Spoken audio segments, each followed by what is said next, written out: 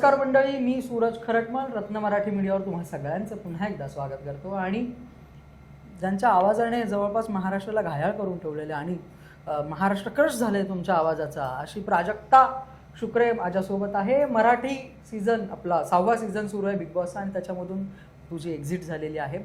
अनेक प्रेक्षक नाराज आहेत, तर नाराजीला काय उत्तर आहे इथून सुरुवात करूया. सॉरी की मी लवकर बाहेर निघाले, पण माझ्या हातात नाही आहे हे रिझल्ट्स, माझ्या हातात नाही आहे. माझी इच्छा तर खूप होती की मी आणखीन पुढे जाऊ आणि तुमच्या अपेक्षावर खरी उतरू, पण तुमचं प्रेम एवढं मिळालं आहे त्याच्यासाठी खूप खूप आभार. आणि खूप सारं प्रेम मी तुम्हाला पोचवते आहे सूरजच्या या चॅनलच्या थ्रू. आणि खूप धन्यवाद मला नेहमी माझ्या पाठीशी राहिल्याबद्दल, आणि तुमच्या वोट्ससाठी, तुमच्या प्रेमासाठी खूप खूप धन्यवाद. क्या बात आहे. मला सुरुवात अशी करायची आहे यापुढे वळताना की म्हणजे इतका काळ मराठी शुक्रे, प्राजक्ता शुक्रे ही मराठीमध्ये तितकासा असा ओळखीचा चेहरा तसा नव्हता महाराष्ट्रामध्ये, किंवा ऑडियन्सपर्यंत तितकासा हा चेहरा पोचला नव्हता. परंतु आज बिग बॉसने संपूर्ण महाराष्ट्रामध्ये एक तुला वेगळी ओळख मिळवून दिलेली आहे. एक वेगळा तुझा चाहता वर्ग स्वतःचा आज क्रिएट झालेला आहे. परंतु असं नव्हतं की प्राजक्ता शुक्रे काम करत नव्हती. तिचं गायनातून, तिच्या त्या एकंदरीत त्या सगळ्या क्षेत्रामध्ये खूप उदंड काम सुरू होतं. मोठ्या प्रमाणात तू शोज करत होती, इंटरनॅशनल शोज, नॅशनल शोज. मग बिग बॉस तुझ्याकडे आलं, कसं आलं, आणि मग ह्याला हो म्हणण्याचं कारण काय? मी खरं म्हणजे असं एक ठाम निर्णय घेतला होता की मी बिग बॉसमध्ये कधीच जाणार नाही. कारण मी बिग बॉसमध्ये राहू शकत नाही असं मला नेहमीच वाटायचं. हे कसं झालं, काय झालं, हे खरंच देवच जाणे. मला असं वाटतं डेस्टिनीमध्ये होतं माझं बिग बॉस 6मध्ये जाणं. माझी जेव्हा मीटिंग झाली क्रिएटिव्सबरोबर, त्यांनी ज्याप्रमाणे मला कन्व्हिन्स केलं किंवा सांगितलं की आपण आपल्या बिग बॉसमध्ये इमोशन्स आणि माणुसकी हे खूप इम्पॉर्टंट राहणार आहे, ते 2-3 शब्द ऐकून मला असं वाटलं की हां यार, करू शकते ट्राय. आणि जसं तू म्हणालास की काय होऊन जातं, सिंगर्स प्लेबॅकमध्ये राहतात किंवा त्यांच्या आवाजाला ओळख मिळते, चेहऱ्याला एवढं ओळख नाही मिळत. आणि बिग बॉस एक असा शो आहे जे एका चेहऱ्याला सुद्धा घरोघरी पोचवतो. आणि माझा खूप गॅप झाला होता टी व्हीवर येऊन, तर मी विचार केला की बघूया, करूया, वाय नॉट, असं करून मी ते चॅलेंज घेतलं आणि गेले. पण मग 6व्या पर्वाच्या आधी सुद्धा ऑफर आली होती का बिग बॉस मराठी किंवा हिंदी वगैरे? मराठी हे लोकांनी मला सांगितलं की आम्ही तुला ह्याच्या आधी सुद्धा कन्सिडर करत होतो, पण मग ते वेळ आणि टायमिंग आणि डेट्सचं काहीतरी झालं म्हणून आम्ही तुला अप्रोच नाही केलं. असं झालं. ते हिंदीमध्ये पण मला आलं होतं, तेव्हा तर मी अगदी अक्षरशः असं म्हटलं की नाही बाबा, नाही म्हणजे नाहीच, कितीही पैसे मिळू दे, मी नाही जाऊ शकणार, असं ते होतं माझं तेव्हा. मग आता मराठी सीझन गाजवल्यानंतर हिंदीमध्ये जर पुन्हा बोलावं नको रे, म्हणजे आता ना माझं हे नको म्हणणं थोडंसं असं वाटेल आहे, कारण नेव्हर से नो असं ते माझं करेक्ट प्रूव्ह झाले. मी नेव्हर म्हणायची आणि मी आले शेवटी बिग बॉसमध्ये. तर माहीत नाही मला, पण सध्या या क्षणी तू विचारतं माझं बिग नो असं आहे. पण बिग बॉसच्या घरामध्ये प्राजक्ताचं एक वेगळ्या पद्धतीचं प्रतिमा तयार झालेली आहे. म्हणजे ती इमोशनलसुद्धा आहे, ती तितकीच प्रेमळसुद्धा आहे. म्हणजे खूप मल्टी इमोशन्स आहे तुझ्यामध्ये. आणि त्यातही तुझा रागही बघितला आहे, तुझा आवाजही वाढलेला बघितला आहे. मुळात गायकाला आवाजाची खूप काळजी घ्यावी लागते, पण तू तिथे आवाज चढवलेला देखील आहेस. हे सगळं जे तू तिकडे प्रेझेंट केलेलं आहे, ह्या सगळ्याला तू खुश आहेस का? म्हणजे सगळं जे काय केलं आहे आज बाहेर आल्यानंतर असं वाटतं की आपण जे काही तिकडे केलेलं आहे काम, ते योग्य केलेलं आहे? हो, खरंच खुश आहे.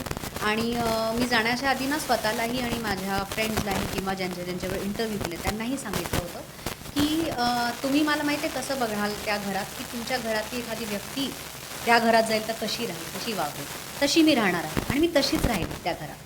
किंवा माझ्यासाठी रियालिटी शोमध्ये रिअल राहणं हे खूप इम्पॉर्टंट होतं आणि तसंच मी राहिले.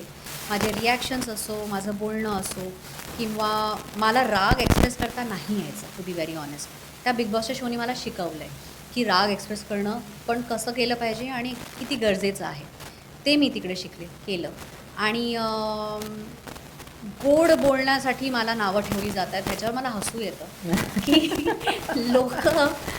लोकांना आवडलं पाहिजे ना की अरे ही व्यक्ती छान बोलती आहे, किंवा पातळी सोडून नाही बोलत आहे, किंवा एक रिस्पेक्टफुली बोलते. हे मला वाटतं ही स्ट्रेंथ आहे.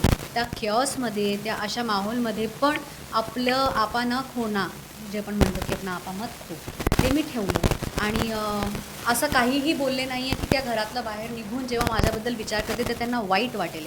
ह्या गोष्टीची मी सतत एक चेक ठेवला आहे की मी असं काही नको बोलायला की त्यांचं मन एवढं दुखून जावं की नंतर पण त्यांना मी आठवून वाईट वाटेल. आणि मला या गोष्टीचा खूप आनंद आहे की मी हे जपलं आणि मी हे कमवलं. आणि मी बाकीच्या इंटरव्ह्यूजमध्ये पण हेच म्हणत होते की एम्पथीवर मी खूप स्ट्रॉंग हे देते, एम्फसाईज करते एम्पथीला, आणि ती मी खूप जपली आहे. कारण त्या घरात सगळ्यांनी पर्सनल लेवलवर कोणाशी व्यक्त झाले असतील सर्वात जास्त तर ती मी आहे. ती राखी असो किंवा रुचिता असो, जेव्हा की मला तिच्यावर आधी खूप राग यायचा, पण ती व्यक्त माझ्याशीच झाली आपल्या पर्सनल लाईफबद्दल. ती अनुश्री असो, ती आपल्या लाईफबद्दल माझ्याशी व्यक्त झाली. आरतीसुद्धा आपल्याबद्दल व्यक्त झाला माझ्याशी. तो कॉन्ट्रॅडिक्ट केला ती वेगळी गोष्ट. तर ह्या गोष्टी मी नक्कीच कमवल्या आहेत त्या घरात. आणि जर्नीमध्ये मी स्ट्रॅटेजी पण व्यवस्थित केली आहे. मी स्ट्रॉंगली टास्क खेळले आहेत. डीलसाठी मला ह्या लोकांनी सांगितलं तुझ्या डीलबद्दल खूप बोललं जातं आहे. तर म्हटलं अरे काय पर्स्पेक्टिव्ह लोक चेंज करतात.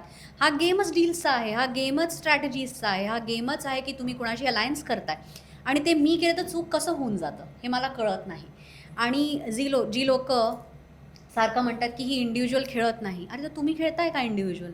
तुम्ही सगळे ग्रुपमध्ये बसलाय आणि मला म्हणताय इंडिव्हिज्युअल खेळायला. हा म्हणजे हे काय? तर खूप आपल्या सोयीप्रमाणे लोक आपले पर्स्पेक्टिव्ह चेंज करून लोकांना बोटं दाखवतात. निश्चितच आत्ता एक खूप महत्त्वाचं तू असं म्हणालीस की एकाच घरात राहणारे इतर जे सदस्य तुझ्याकडे येऊन मन मोकळं करत होते, त्यांची शिदोरी ते तुझ्याकडे व्यक्त करत होते. आणि ही फार इम्पॉर्टंट आणि महत्त्वाची गोष्ट असं मला वाटते की त्याचा गैरफायदा तू कधीच उचलला नाही. हो, का?